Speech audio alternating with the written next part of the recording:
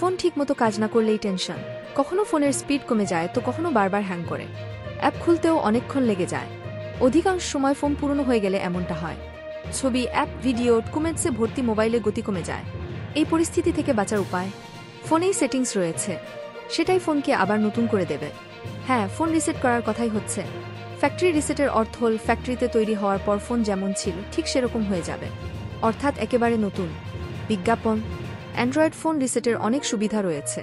এতে ফোন তো নতুনের মতো হয়, অব্যবহৃত অ্যাপও ডিলিট হয়ে যায়। ডিভাইসের স্টোরেজ ফাঁকা হয়, পাশাপাশি কোনো ধরনের ম্যালওয়্যার থাকলে তাও ডিলিট হয়ে যায়। ফোন রিসেট করার জন্য অ্যান্ড্রয়েডে ফ্যাক্টরি রিসেট নামে অপশন রয়েছে। ফোন রিফ্রেশ করতে চাইলে এর থেকে ভালো উপায় আর হয় না। পুরনো ফোন বিক্রি করার আগেই ফ্যাক্টরি রিসেট করা উচিত।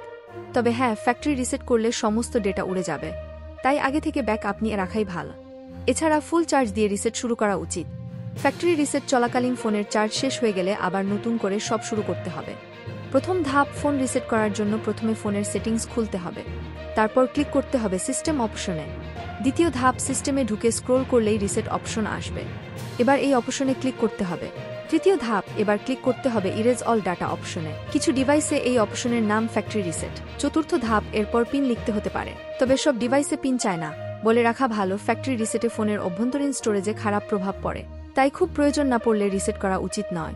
ইনফরমেশনটি কেমন লাগলো কমেন্ট করে জানান। এই ধরনের ভিডিও পেতে লাইক ও সাবস্ক্রাইব করতে ভুলবেন না।